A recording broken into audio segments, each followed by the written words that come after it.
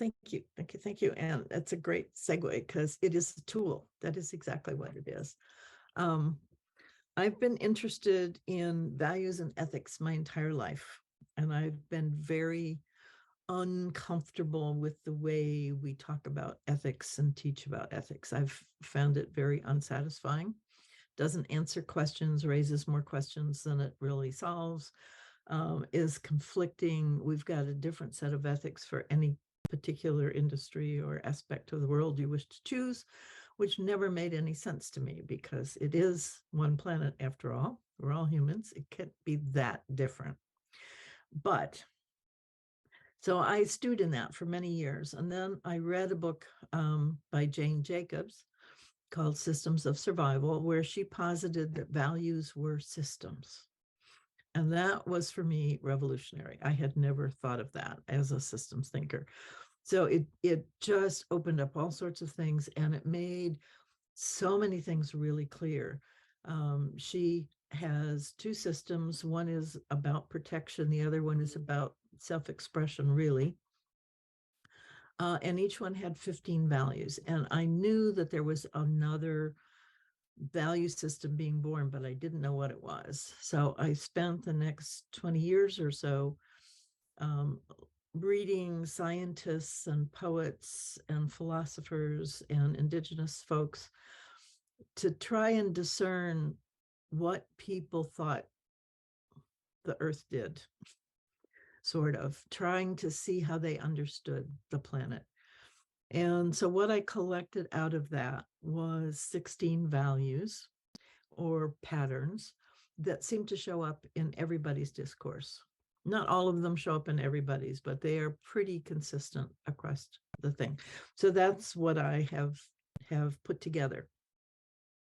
So the structure of the cards is that there are 4 intents.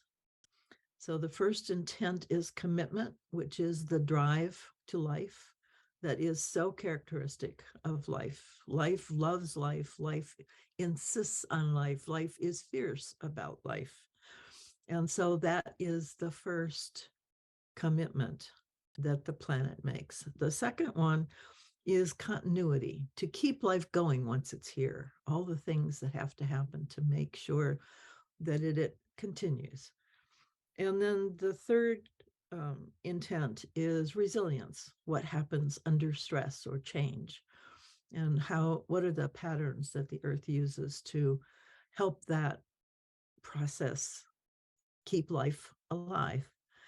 And then the fourth intent is evolution. How does life learn and grow and become different over time?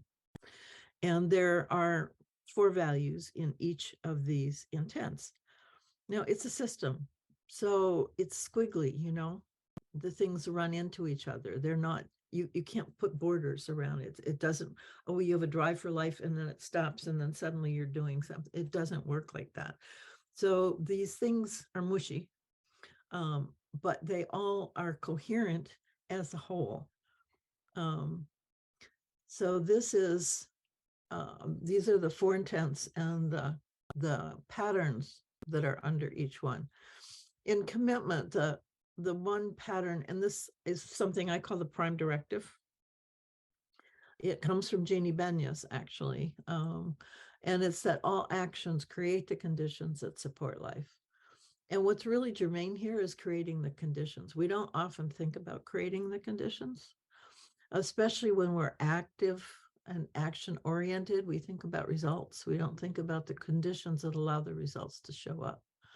And that really is the fertile place, the place where we have the most control, and it's the most nebulous because you're not doing, you're allowing, you're being more sensitive to what is already there and very sensitive to the responses of actions, so that you can monitor yourself and the situation to make sure that it thrives. And doing that in service of the integrity of the whole. It's not and this is, I think, one of the biggest shifts that we need to make. We are very human-centric. And that was true with all of the ethics systems that I've seen are all human-centric. It's all about how people get along with people. And part of the problems with that is that it's okay so far as people go, maybe, but when you start talking about life other than human, it just falls apart. It just doesn't have any coherence, and it's because we really haven't thought about that. And of course, the coherence is maintained totally through right relationship, through a caring of everything for everything, a respect of everything for everything, an honoring of everything by everything. And that's a skill we're very, very weak in. We don't exercise very well. We don't exercise it very well among us humans, even. It's kind of my way or your way. And we can't figure out, we very rarely figure out how to co-create a way between us that includes both of us. We can collaborate and we can yield one to the other, and sometimes those are necessary, but when it's done from this context, it shifts. That yielding is not a giving up, it's a giving to. And then humans are intrinsic. There's a lot of flack around this somehow. How can we be intrinsic? We don't feel intrinsic, right? We feel on top, we feel separate, we feel different, we feel special. How can we be intrinsic? How can we be important to the planet? Would it matter to the planet if we died? I think it would. I think it would incredibly. And I hypothesize that we are a grand experiment. We are the largest, most complex biome on the planet. We are composed of over 30,000 individual species that have become us. The mitochondria in our cells are their own species. They are not us. And we cannot live without them. They allow the power, they transform the power of the sun into the power that we use, the energy we use. They're inherent to who we are. So what would nature have done? I mean, what would be the intent to put all of these critters together as one thing in agreement to be a unified whole? And my suspicion is that this is a step for all of us to do that to begin to become that unified is truly a huge step in evolution. We hear that we speak for all. I've heard that in indigenous wisdom, and that is truer than we know, because we do speak for all the species that are inherent in who we are. When you think of continuing life, we have this desire to hold the future, the consequences of what we do, as a first understanding, so that we integrate what we do with the conditions that support life, that we can't undermine that. And that the reciprocity that happens between all of the individual selves that exist in an ecosystem do so in a spontaneous, loving, and creative way to enhance the integrity of the whole. And that enhancement ensures an interdependence. Nothing can stand alone. I talked about the mitochondria in our cells. The mitochondria by themselves, it's a very tiny thing they do, and it has no real impact unless it is with another cell. Then it really supports the conditions that create and support life on this planet.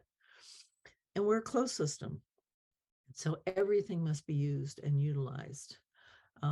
One of the things that we're, as humans, very good at is withholding. We withhold ourselves, we withhold other things. We feel that burning is a way to get rid of waste, but it's not. It's a withholding from nature. It's a reduction in the resources that nature really has available. And when we come into crisis, and the resilience that is needed is where the most wonderful thing, I think, of all happens, and that is autopoiesis, the self-making that every living thing does with every other living thing, that the immense creativity that is generated by the diversity that is inherent in the planet. There is no two things that are the same. Nothing in life.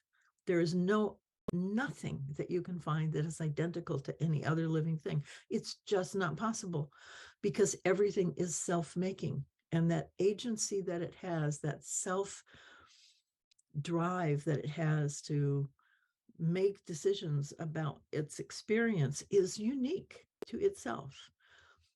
The decisions that humans make are unique to themselves. If they come from themselves, from the authenticity that is us, then we truly contribute to life. When we mimic and pretend and try and be like something else, we're diminishing our value. We're withholding from the planet the essence that we truly are. And that incredible creativity is held in this web of dynamic stability, dynamic balance, where things couple in a range. Even our temperature is not 98.6, and it's moving, by the way, for those of you who don't know, to 97.6 as we adapt to the environment in which we're in. But it's a range. You can go to 105. You don't want to go too much over that. And you can go down probably to 94 or 3 maybe, but you don't want to go much lower than that either. But we have a range. And that range is what allows us to be flexible and to move and to create the ability to make changes without breaking or having problems. And the relationships that we form to maintain that stability is what ecologies are all about. They're these rich resources of huge, very old agreements that all of these cells have made together in how to support the conditions, how to create the conditions that support the life that they all share together. And the evolution that happens from that creativity of self-making, from those unique multi-billions of unique decisions that have to adjust to each other in that dynamic connection, in that coupling that we have that keeps us all together, creates a co-creation and a newness that is spontaneous and unique.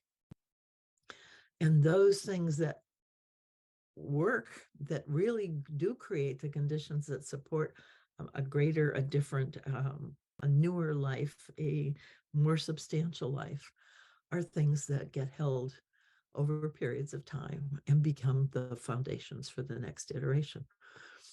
So I hope I've taken you through the cards, and you can see how they all are coherent with each other. They work together. They all offer their own unique flavor.